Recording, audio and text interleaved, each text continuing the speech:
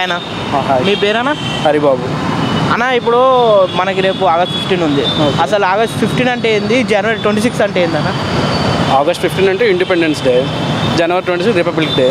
అంటే ఈ రెండింటి మధ్యలో తేడా ఏందన్న? రెండింటికి జెండా ఎగరేస్తారు, రెండింటికి ఫెస్టివల్స్ చేసుకుంటాం కదా. ఇప్పుడు రిపబ్లిక్ డే అంటే అప్పుడు రాజ్యాంగాన్ని మనం ఇచ్చేసిన రోజు. నెక్స్ట్ ఇండిపెండెన్స్ డే ఏంటంటే మనకి స్వాతంత్రం వచ్చిన రోజు.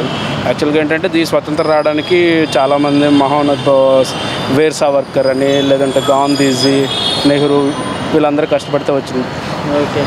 అంటే ఇప్పుడున్న యూత్ అంతా ఇన్స్టాగ్రామ్ రీల్స్ వాళ్ళ ఇన్ఫ్లుయెన్సర్ పేర్లే తెలుసు చాలా మందికి. అయితే మన ఫ్రీడమ్ ఫైటర్ పేర్స్ చాలా మందికి తెలియదు. దానిపై మీరేమన్నా అంటే అది బేసికల్గా స్కూల్స్లో వాటిలో చెప్తేనే తెలుస్తుంది భయ్య. బయట ఎవరు చెప్పినా వినేటట్లేరు. చిన్నపిల్లల నుంచే ఇప్పుడు ఫోన్లో ఇన్స్టాగ్రామ్ ఇవన్నీ చూస్తున్నారు కాబట్టి మ్యాక్సిమం తెలియదు.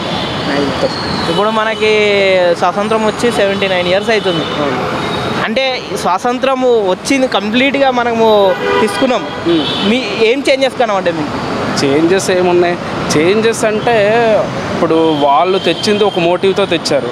ఎవరు స్వతంత్ర సమరయోధులు లైక్ వీర్ సావర్కర్ కానీ, గాంధీజీ కానీ, వాళ్ళందరూ ఏంటంటే మన యొక్క బతుకులు మారాలి, బానిసత్వం నుంచి బయటికి రావాలి అని చెప్పేసి ఆ రోజు తీసుకొచ్చారు. ఇప్పుడు ఏంటంటే రాజకీయ సేమ్ ఇప్పుడు కూడా మనం ఆ దీంట్లో ఉన్నట్టే, రాజకీయ నాయకులు ఈ బానిసత్వం కింద మనం బతుకుతున్నట్టే. ఎందుకంటే లైక్ వాళ్ళే ఇప్పుడు రాజకీయ నాయకులే బాగుపడుతున్నారు తప్ప సామాన్యుడికి ఎవరికి అంతగా న్యాయం ఏం జరగడం లేదు.